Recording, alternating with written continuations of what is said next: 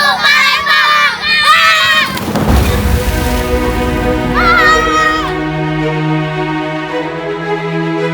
Di tepian Sungai Musi, berdirilah salah satu kerajaan maritim terbesar dalam sejarah Nusantara.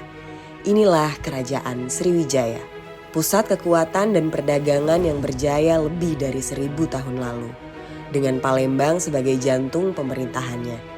Berdiri sejak abad ke-7 Masehi, Sriwijaya dikenal sebagai kerajaan bahari yang menguasai jalur perdagangan strategis di Asia Tenggara.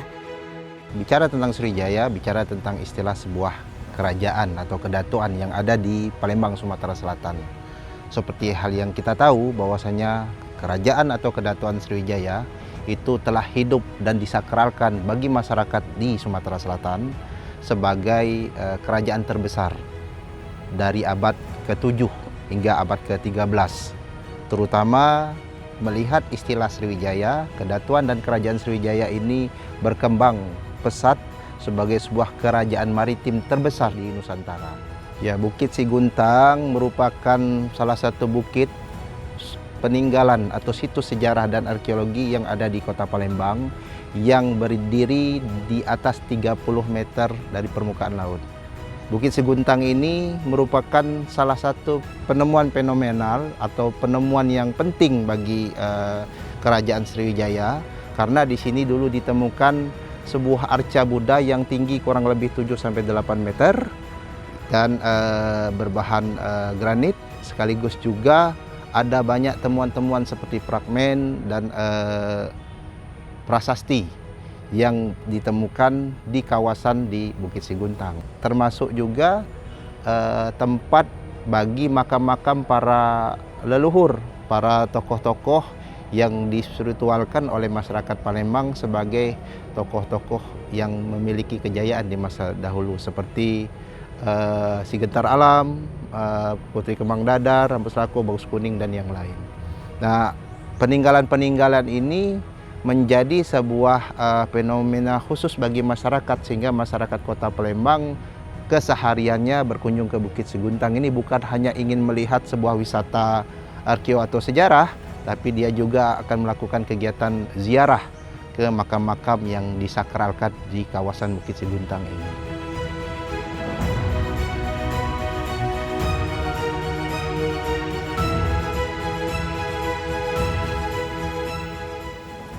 Dan di dalam Museum Sriwijaya ini banyak sekali peninggalan bersejarah dari Kerajaan Sriwijaya, dimulai dari prasasti, ada kemudi kapal, kemudian ada arca, dan juga antefik serta guci dan manik-manik. Kemudi kapal ini terbuat dari kayu unglen, panjangnya sekitar 8,2 meter, dan ini merupakan bukti dari kejayaan kemaritiman di masa Sriwijaya. Yang kita ketahui bahwa Kerajaan Sriwijaya itu memang kerajaan maritim terbesar pada masanya. Dan terbukti ini ada kemudi kapal, dan kemudian ada beberapa kepingan-kepingan kapal yang ditemukan di situs Samirejo. Selain koleksi kemudi kapal, ada juga koleksi berupa mangkok keramik yang ditemukan di situs Klasa Bangka yang berasal dari masa dinasti Tang sekitar abad ke-7 sampai abad ke-9, yang menandakan tentang kemaritiman di masa Kerajaan Sriwijaya. Dan mangkok piring keramik ini merupakan koleksi realia ataupun yang memang asli temuan dari Bangka Belitung yang berasal dari situs air Sugian. Kemudian kita bisa lihat juga ada beberapa koleksi berupa tempayan, dan tempayan ini merupakan wadah yang berfungsi untuk mengirim komoditi yang akan dijual seperti hasil bumi, rempah-rempah, dan lain-lainnya.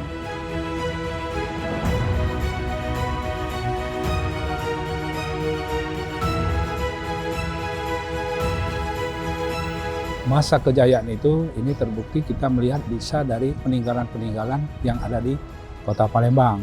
Contohnya di museum ini ada prasasti Kedukan Bukit, ada prasasti Talang Tuo, yang semuanya menceritakan keberadaan dan kejayaan dari Kerajaan Sriwijaya.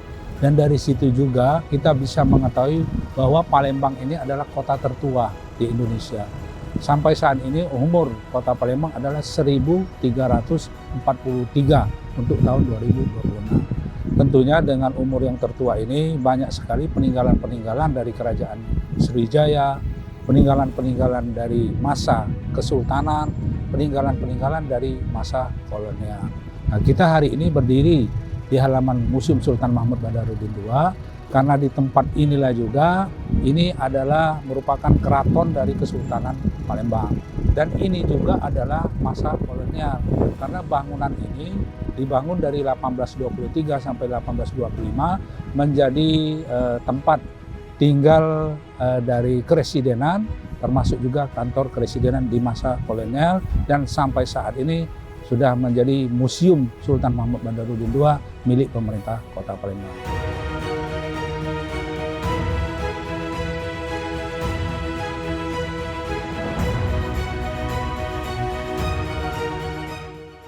Jadi kalau kita bisa menilik sedikit sejarah dari Palembang ini, memang dulu pada saat masa kejayaan Sriwijaya, begitu kerajaan Sriwijaya lepas ya, jadi kita sempat diduduki oleh para perompak-perompak dari Cina.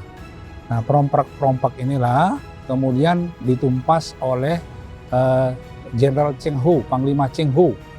Nah, jadi mereka di sini berada di Palembang. Nah, jadi memang ada kaitannya antara Palembang dengan orang-orang China ini, karena mereka dulu banyak berdagang di Kota Palembang.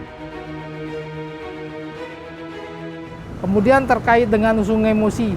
Sungai Musi ini terkenal sungai yang lebar ya dan panjang. Maka perdagangan dari hulu ke hilir itu sangat marak.